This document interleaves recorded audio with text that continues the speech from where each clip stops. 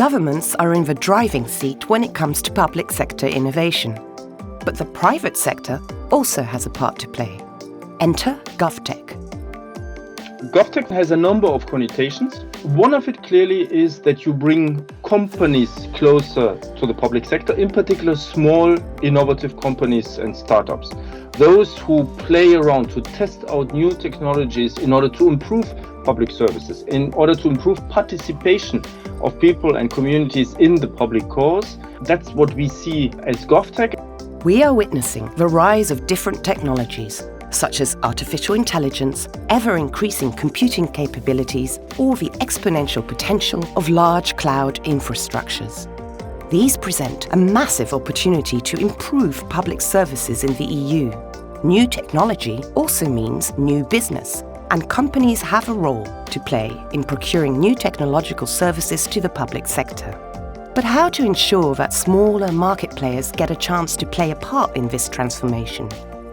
Every year, governments around the world spend about $13 trillion procuring from the private sector, but most of this still goes to just a handful of giant private sector companies.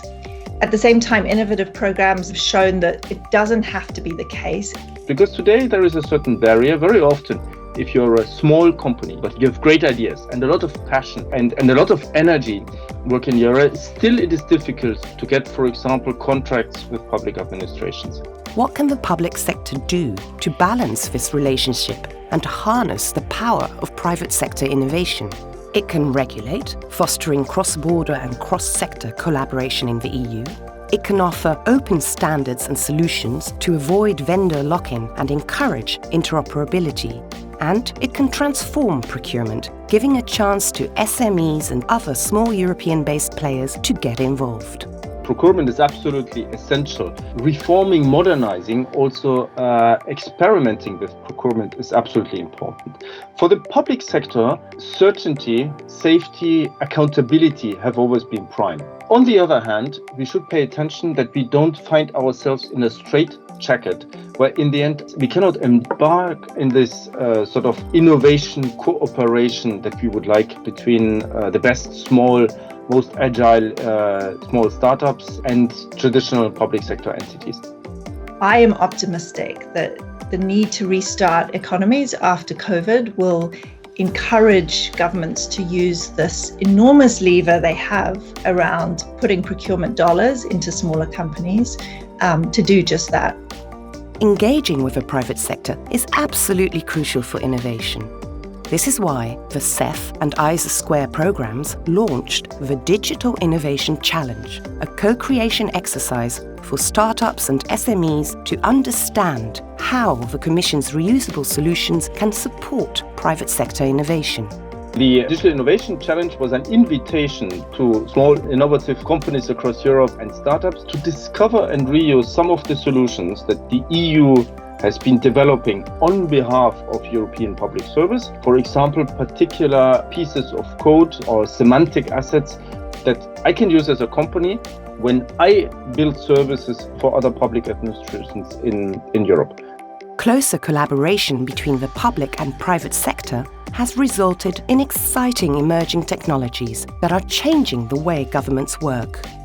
One of my absolute favourite examples, and we have so many of them on Apolitical, is New Zealand running a pilot to make all its legislation machine readable. And this has a few big benefits. For example, it makes it much easier for the public sector to predict the effect of new regulations, thereby avoiding costly mistakes. So a very, very exciting domain of experimentation. But then there's just a host of others. Sensor technologies make it much easier for cities to be more efficient, to offer services in the right places. Predictive analytics using big data is allowing public institutions to allocate services in the future. Queensland's got a really innovative program around hospital admissions, which has allowed it to save a lot of money. That's just to name a few. Looking ahead, the Digital Europe programme will continue looking for next-generation solutions and components for the public sector and collaborating with private players. the relationship goes both ways. The public sector is also critical in fostering private sector innovation in a few different ways, by funding early stage R&D, by providing economic and regulatory incentives to support an innovative economy and to help kickstart important new markets, and by regulating monopolies that could otherwise crush small companies. Two sides of the story. Use the tools that we have developed that are available for you, reuse for everybody. And on the other hand, come closer to us so that we can start experimenting how we best work together. The public sector and the private sector, small innovative companies and startups across Europe. We are working to make our lives better. Will you be a part of this journey?